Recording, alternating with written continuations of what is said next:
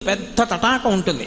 మీరు ఆ తటాకంలో దిగి స్నానం చేస్తే ఎంత నీరు వస్తుంటుందో పక్క పొలాల్లోకి వెళ్ళిపోతుంటుంది. ఎక్కడి నుంచి వస్తోంది ఎవరికి తెలియదు.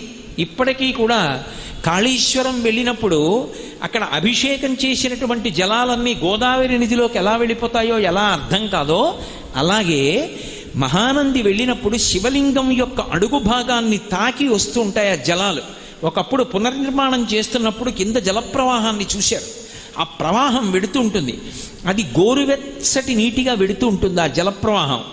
అక్కడ మహానంది, ఆ మహానందిని పరివేష్టించి నవనందులుగా 9 నందులుగా ఉన్నాడాయన.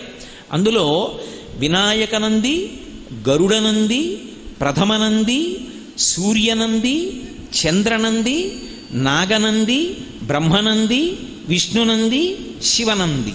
ఈ 9 నందులు నవనందులు. ఒకప్పుడు నందులు